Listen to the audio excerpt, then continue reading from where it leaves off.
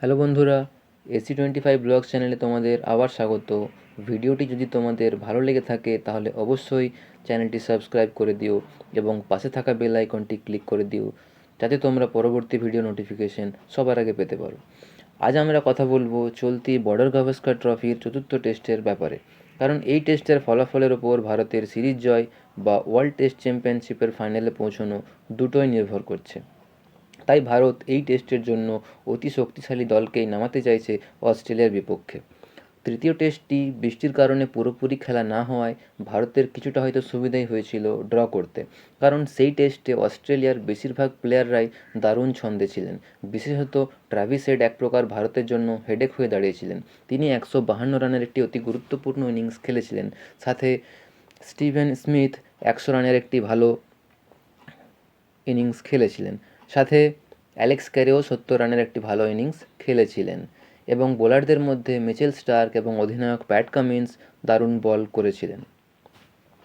আগামী চতুর্থ টেস্টটি অনুষ্ঠিত হতে চলেছে মেলবোর্ন ক্রিকেট গ্রাউন্ডে ভারতীয় সময় ভোর 5টায়, 26শে ডিসেম্বর থেকে 30শে ডিসেম্বরের মধ্যে। ইতিহাস বলছে যে এমসিজির উইকেট বেশ প্রতিযোগিতামূলক, অর্থাৎ এখানে ব্যাটসম্যান এবং বোলার উভয়ই সুবিধা পেয়ে থাকেন। ইনিংসের শুরুর দিকে বোলাররা বেশ কিছুটা বাউন্স প্রাপ্ত করেন এবং খেলা যত এগোতে থাকে ব্যাটসম্যানরা তাদের নিজেদের শটস খেলতে সুবিধা পান।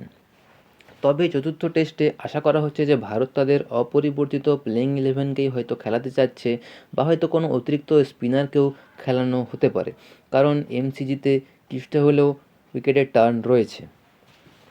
সেক্ষেত্রে ভারতের প্লেইং ইলেভেন হয়তো এই রকম হতে পারে।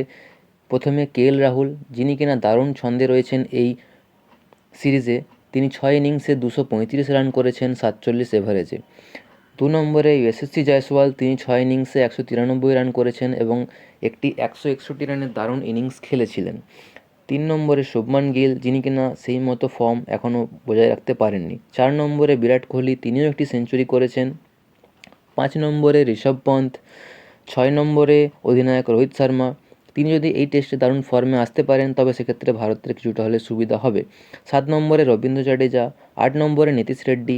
9 নম্বরে মোহাম্মদ সিরাজ কিংবা ওয়াশিংটন সুন্দর কিংবা প্রসিদ্ধ কৃষ্ণা। 10 নম্বরে আকাশদীপ এবং 11 নম্বরে জসপ্রীত বুমরা। তবে প্রথম একাদশে যেই খেলুক, আশা করব ভারত যাতে এই টেস্ট জিততে পারে এবং WTCর ফাইনালের আশা জিইয়ে রাখতে পারে। আপনারা যদি সত্যিই চান ভারত এই টেস্ট জিতুক, তাহলে চ্যানেলটি অবশ্যই সাবস্ক্রাইব করে